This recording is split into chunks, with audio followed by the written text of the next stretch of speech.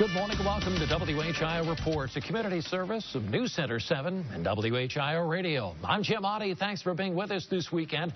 Today in the program, we continue our look at the Miami Valley economy, and our focus is on the future. What's being done now in the Dayton region to get students ready for the jobs of the future, mostly in science and technology. In the next 30 minutes, you'll hear about how critical this is. The mission has become in the Miami Valley region, not only just for the coming decade, but for the much longer term. We're going to talk now not only about education, but also national security, the future of our economy, and we have some experts, I say, at our guest this morning. Nathan Klinger, Dean of the College of Engineering and Computer Science at Wright State University. A.J. Folino, Deputy Director of Personnel at the AFLR, the Research Laboratory at Wright-Patterson Air Force Base. Deb Grossman is the president of D. Gross Consulting and involved in local technology companies. Deb, so we'll talk with you. Deb Gross, the person I think of most often is the person who's working with promoting education, promoting STEM. First off, let's get to a definition. What is STEM? What does that stand for? And why is this important? It stands for science, technology, engineering, and math. And sometimes medicine. There's a double M there. It's critically important for a lot of reasons. If you look at our country, there's not enough engineers. We have a shortage throughout the country. That's important to our national security, both from a keep us protected state and for an economic development state. In our region, we have more science and technology, some of the best in the world being done here. But a lot of that's out of the research labs, the companies around the community that support the research labs, and companies in the community that are doing great things that are doing nothing in the federal space. But what's critical about keeping them robust and moving forward is the workforce that they need in the future to be able to do those jobs. And that's what we're here to talk about today. So, AJ, has STEM been hot all along, or we're just now noticing that this is happening? It's hot because we've named it something. No, Jim, actually going back to World War II, they always talk about the preeminence of the war as air superiority. And going through the Cold War, going through Desert Shield, Desert Storm, it's just getting better and it's getting stronger and stronger. And you look at the cyber threats today. So we're following what society's doing in the developing nations. So how hot has this become? And we'll talk not only about what's happening at the base, but also at Wright State University. But Nathan, how hot has this become, especially in the last? I'll give you some perspective here. In our news coverage on News Center 7 and WHIO Radio, we maybe did a couple of stories 10, 15, 20 years ago about engineering and education. The last 10 and especially 5, a multitude. And I went back to look in our archive to see how many stories we've done about it. So why so much focus, especially the last 5 years? Well, I think they finally have really realized that science, technology, engineering, math, those kind of career paths are what drive the economy, not just regionally here in Dayton with defense and aerospace and healthcare, but at the national level. So I think there's been a lot of focus on pipeline development just in the last 5 to 10 years, more so than what used to be predominantly outreach. I think the focus now is actually driving bodies to select these careers. And of course, our focus at the university is to help those people cross the finish line. So let's talk about what's happening at Wright-Patterson Air Force Base. We know it's a research center. A lot of people think of the base as a flying center, and that's true to some extent. There's a lot of research going on. How do you quantify that? How much? Well, so, I mean, the need for research at the base, if you look at, and I won't speak to the specific numbers, but if you look at the workforce is aging. We need to replace the people that are older. We've got a stereotypical workforce in science and technology in general, but certainly at the government, where too many people are old, and they're white, and they're male. We need diversity of the workforce, we need diversity of thought, and we need the people to actually fill the shoes to help the Air Force lead the world. Okay, so Deb Gross, this is where you come in. You're saying, okay, this is a great thing that we have in our economy. If we want to improve our economy in the long term, Dayton Defense and the Education Foundation really started to pick that up. What is the Education Foundation and what role do you play there? I'm the chairman of the board of the Education Foundation, and we do scholarships for local students at Sinclair that are on the track going through to and at Wright State that are in STEM programs. And the whole purpose is to try to focus on getting students out and then getting them placed in the workforce in our community, which is absolutely critical for us. So you raise money for scholarships. We do. We're 100% volunteers, a charitable organization. We have one fundraiser a year, and that's October the 1st this year. Okay, a question for everybody here. Deb, we'll start with you. How great is the need? There are a lot of kids here who are relatively good at math. They need some pushing. They need some encouragement. But sometimes it's my sense that they are not aware of what a great career path that can take them. Deb. I think that you hit the nail right on the head with that. So right now I'm working with a community program that's called the Dayton Metro Plan for Economic Diversity. And basically what that's doing is it's pulling a collaborative group together to help set up an ecosystem that will help commercialize and different technologies and help companies that are entrepreneurs get the tools and the resources that they need to be able to grow their company or small companies. And I think the importance of that is in this community, the ability to have a great job for a long time doing wonderful things is here, and I think it's important, and it's dependent upon the people of the community like doing things like this to get the word out so that parents and kids know that there's great jobs for their future right here in Dayton, Ohio. AJ. Two things that AFRL does with our recruitment program. We have a DoD program called SMART. It's an intern scholarship program for students that are seniors in high school or freshmen in college. They apply for scholarships to get into STEM. The other thing that AFRL really promotes is a Pathways program where college students can come to work for AFRL over the summer, get a stipend. Also, we have another program with year-round. As Nathan was mentioning, 44% of our S&E, science and engineer workforce is age 50 and over. So we need to get our seed corn replenished, so we're actively recruiting young students in science, engineering, and math and medical to come to the lab. Why is that? Why is the workforce, especially science, technology, engineering, why is it aging out, as they call it now? Why is that? Well, it's the typical bathtub, you know, with your baby boomers, and you have a lot of people that are staying, for one thing, within AFRL, they're staying on because they like it so much. Well, it's a good gig, yeah. But I think if you look across the right path, the average age is about age 50 for those 44 to 45% of the workforce. It's just the baby boomers, people that were born in the 50s and 60s that are coming up upon retirement age. That's incredible. Nathan. Yeah, so I mean, I think the focus in the last several years has been much more towards the career paths that you talked about, as opposed to what I formerly would think about as more outreach to drive interest. I think the outreach is working. If you look at engineering programs across the state and across the country, enrollments are booming, even in institutions where the rest of the enrollments aren't. And so the outreach and the pipelines are working, but what we're trying to do at Wright State is really close that gap, meet students in their junior or senior year. In fact, we've got a faculty recruitment fellows program out of the College of Engineering and Computer Science where myself and faculty members go directly in the classrooms, so not college fairs. We contact the teachers and we say, how about we come and talk about career opportunities here in Dayton, Ohio, at Wright State, at the Air Force, in the tremendous manufacturing community, healthcare community that we have here. And so this year we got out to 65 high schools, contacted 3,000 students estimated in their own classrooms.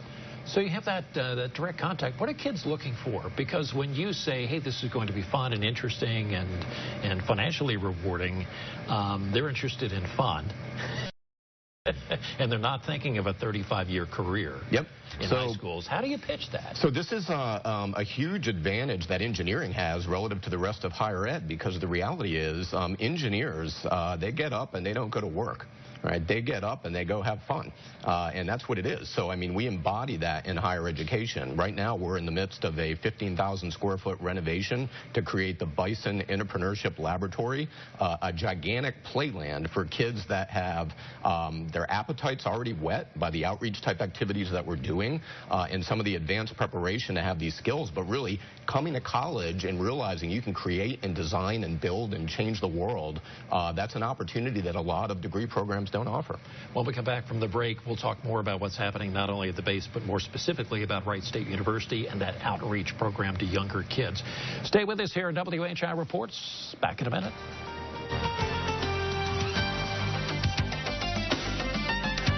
Welcome back to WHIO Reports. I'm Jim Oddie. On the program today, building our future economy through science and technology. Check my Facebook page for updates on future programs. I'm also on Twitter at JOddieWHIO. Our guest this morning, Nathan Klingbeil, the Dean of the College of Engineering and Computer Science at Wright State University. AJ Foligno, the Deputy Director of Personnel at AFLR. That's the Air Force Research Laboratory at Wright-Patterson Air Force Base. Deb Gross, the owner, president of Gross Consulting here in the Miami Valley, working with technology companies. I want to talk about Wright State University, the engineering and computer science operation there. How far have you grown, and how has that become this massive engine in our local economy? Yeah, so we are in a period of tremendous growth. So we're taking advantage of that are happening nationally across the state in terms of pipeline development, but we're also very, very aggressive in recruiting and retaining students. So we really believe in three things in our college. First thing is access to higher education. Right? We don't believe that you have to be in the top 10% of your high school class in order to have a passion to be an engineer or computer scientist. In fact, if you are a student coming from Dayton Public Schools, or you're a student coming from Oakwood Schools, or a selected private in between, then you have an equal opportunity for us to meet you where you are and be successful. We've done that with curriculum like our engineering math, with student-centered active learning and computer science, really making students have an ability to make progress towards degree. We're also very focused on the affordability mission and not having students have to go off into life with a mortgage payment and student loan debt. So we're very, very aggressive in terms of providing opportunities, not just through scholarships like what Deb's organization offers, but also internships and opportunities for experiential learning that pays the bills at AFRL in the local defense, aerospace, healthcare, manufacturing. So great opportunities for kids to earn their degrees without saddling themselves in debt. Okay, so let's talk. You've spoken what's happening on campus. From the base perspective, though, you're on the outside looking in saying, hey, this is an opportunity for us to build a future, get those kids in your pipeline. It is, Jim. In addition to Wright State, we have a full-time university relations recruiter, if you will, that targets universities all across the country for STEM. And just as an example, over the last 5 years, 58% of the AFRL new hires in science and engineering have been in the core engineering career fields. And we have about 4% in math and statistics, some in the physical sciences, chemistry, biology, but clearly, although we have a compendium of research, the lion's share is in the engineering career fields. So we look to Wright State as well as other universities to bring that talent into the lab. How competitive is this, AJ, when you're out there recruiting? Because you're up against some pretty big corporations. It's very challenging. We have a lot of our senior leadership that are ambassadors and chancellors to universities where they got their undergraduate or their doctoral degrees from. What we're finding is that places like Google and other companies can offer a job on the spot. Fortunately, Congress has given us legislation where we have a direct hire authority where we can go to students in the STEM career fields and accelerate the hiring process and hire them with either an advanced degree, a doctoral degree, or a master's degree. We can hire up to 5% of our workforce using that capability. People that have a bachelor's degree, we can hire up to 3%. So you're looking at about 170 people a year with the advanced degrees we could hire through a direct hire authority as they're going through the normal challenging hiring process that the government we've all heard about. So Congress recognizes the need and the demand signal because there's not many students pursuing these academic degrees in STEM. So we want to harness that.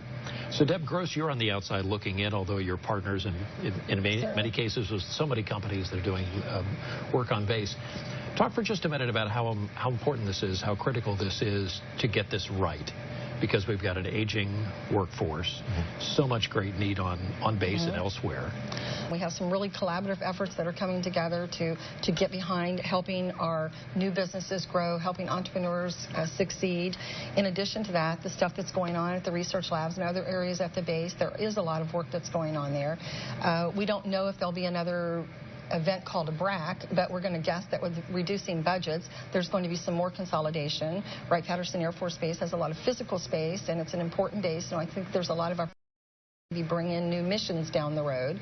So I think it's absolutely critical that we have the workforce that we need so that we can do all of those things and bring in new companies even to the community and grow the ones we have. Two big areas: cyber technology, UAS technology, and I think the game changer of all of this is to have the universities and colleges in the community, and we're fortunate to have many good ones, working with business to look at what are the actual needs of the workforce of the future, and then looking at their programs and defining how to make sure that they're educating the workforce of the future in the areas that the workforce of the future needs to be educated in. And I think we're doing that really well in the community. So now we have to get down to the young kids and to the parents of the young kids and get them excited like they're doing in their programs about science and math. If you just joined us here on WHIO Reports, we're talking about the effort here in the Miami Valley to work with young kids of all ages, and get them in that career field towards education, science, engineering, math. So let's talk about national security here for a moment, AJ. Looking long term. We are going to be involved in all kinds of military actions around the world. We need to make sure that those people, and so many of these endeavors, we think of them as being relatively straightforward and simple. Man, they're all complicated. They're all involving engineering. They're all involving remote sensors and all kinds of things. Look at the same problem from through those glasses now, thinking about national security. Correct. From a technical area, directed energy, hypersonics, artificial intelligence, robotics, computer science, computer engineering, those are the talents that the lab and DoD is going to have to do to be able to compete and survive. If you look at what's going on in the world today, very heavy into geospatial, radar, sensors, all the leading edge, which again gets into a lot of the computer science, a lot in as well with cognitive thinking, artificial intelligence. That's really going to be the future. So Nathan, from the university side of this equation, how well do your programs match up with not only what's needed on base, but out in the private sector? Well, so that is one of our primary missions in the region, is to serve the technology workforce. And in fact, that's one advantage of Wright State University as the mid-sized regional institution. Our students come from the 16 surrounding counties, and in large proportion, our students stay back in the region. So we have a real opportunity to drive the workforce at graduate education. So beyond the access and affordability, we're about preeminence in research programs. Virtually every technical area that was just mentioned, we have faculty members that are leading experts in the world. Things like radar you mentioned. We have an electrical engineering department. Dr. Brian Rigling runs one of the biggest sensors and radar exploitation programs in the United States. Huge operation. Students from undergraduate all the way through PhD engaging in research with the Sensors Directorate at AFRL. Areas like cybersecurity. We had the first master's program in the state of Ohio. We have an online version of a cybersecurity master's degree as well. So we are developing programming really on the cutting edge to serve the needs of AFRL, and we try and keep that communication very, very tight.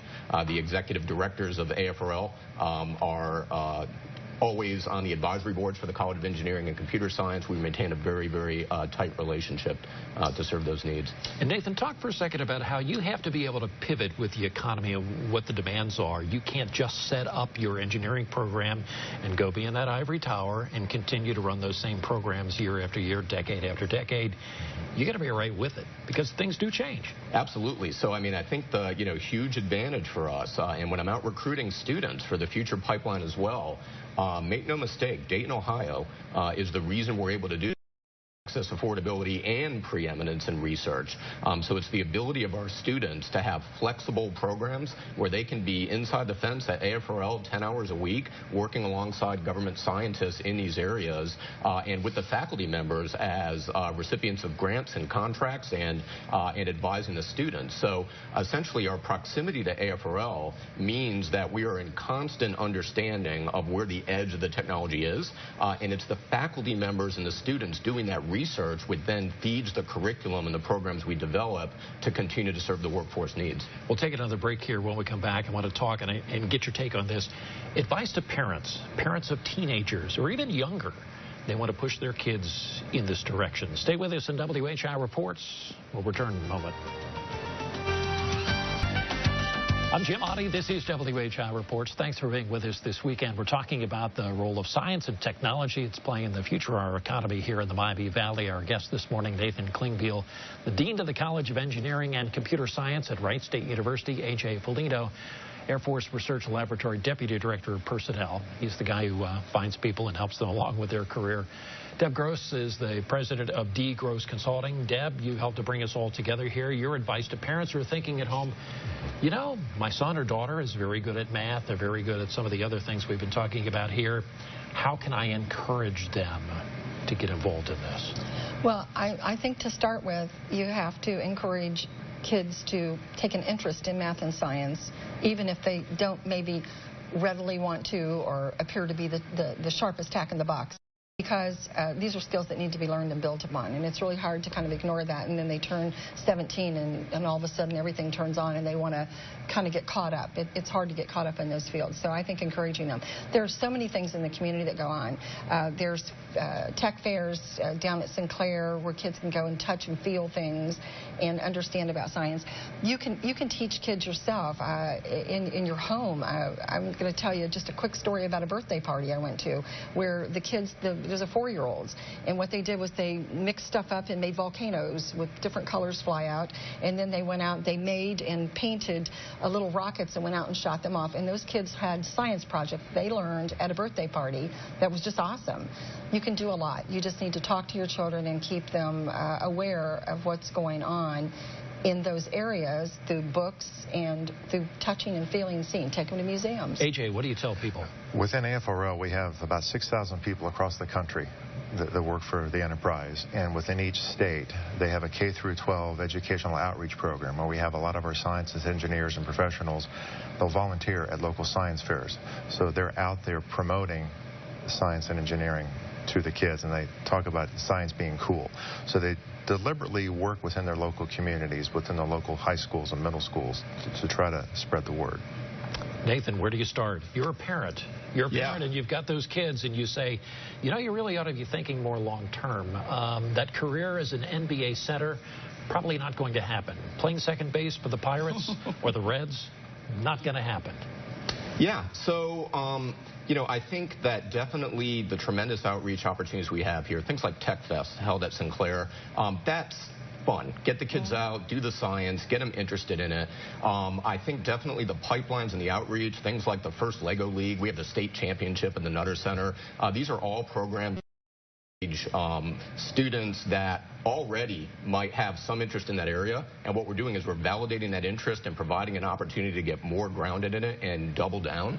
I do think there's some danger of over pigeonholing kids or trying to over pigeonhole these careers too early on. I think we want to have a maximum amount of exposure to get kids excited, but I think there's tremendous white space for juniors, seniors in high school that are sitting around going, I'm really not sure what I want to do. And that's where we really take it personally and say, look, it's our job to get out there and have these people understand the career paths that are available if you think about these fields. And, you know, I don't need you to have AP credit for Calc 1 and 2 in order to be successful in my engineering program. I can show you how to use math in the context that we use it, and we can get you going. As long as you get out of high school kind of college ready, we can turn you into an engineer. As we close here, I wanted to tell people at home, make sure that you check the website for the engineering program at Wright State University. It really is impressive. Also, the Dayton Defense Education Foundation, they have a lot going on, doing a lot of good work in the community here. Thanks for your time on the program this morning. Thanks to people at home. While you're online this weekend, checking Deb's website, go to ours as well at WHIO.com. You can find out what's happening all around the Miami Valley and be with us 24/7.